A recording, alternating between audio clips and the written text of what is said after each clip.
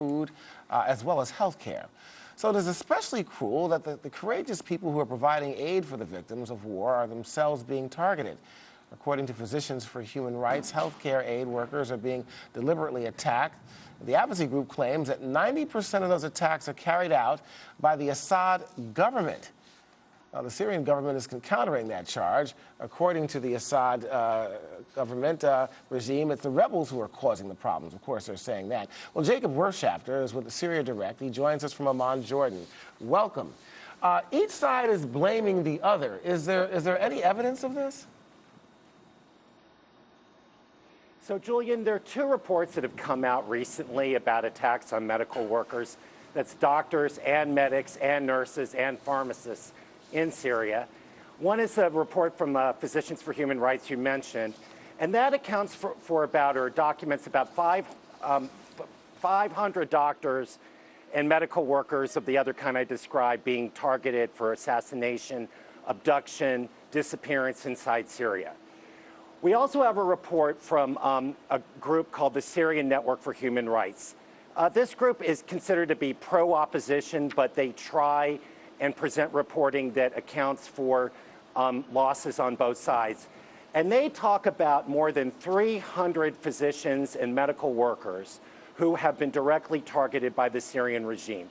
So that gives you about 90 to 80 other medical workers who have been hit by rebel groups.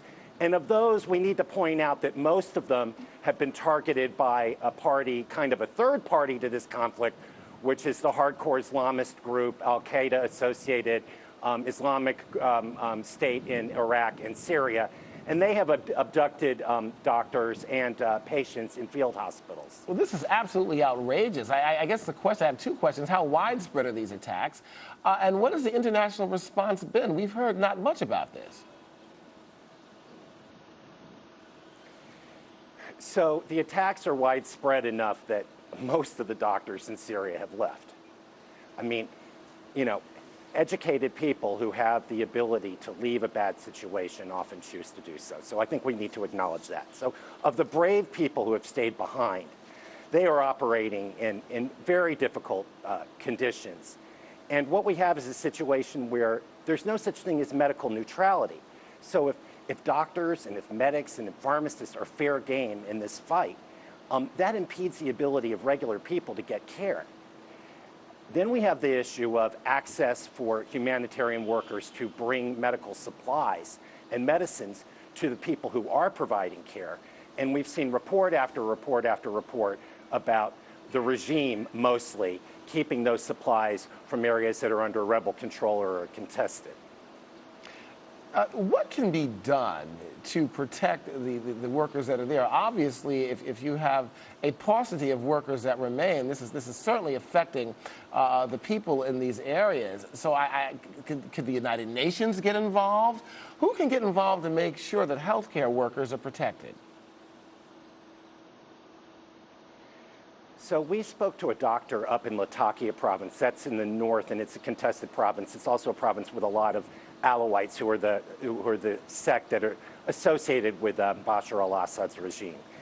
And up there we spoke to a doctor who's working in a regime-controlled area, but he's at a field hospital that's treating people on both sides. And he says that the regime, in fact, is targeting them.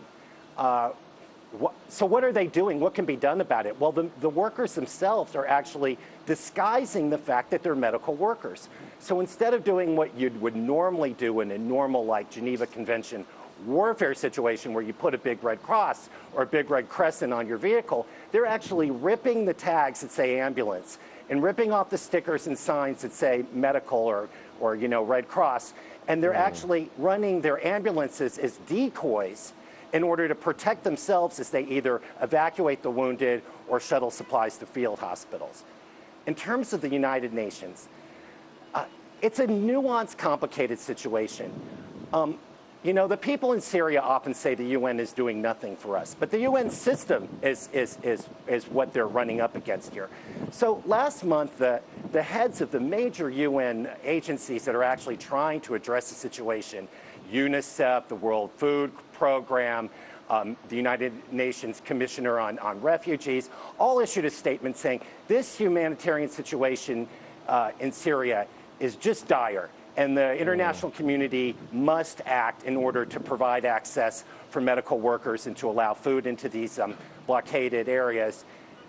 And what happens at the general, at the Security Council, pardon me, is a resolution is submitted just last week referring the Syrian government to the International Criminal Court. And two of the nations that you've discussed a lot on this program, Julian, Russia and China, vetoed that resolution.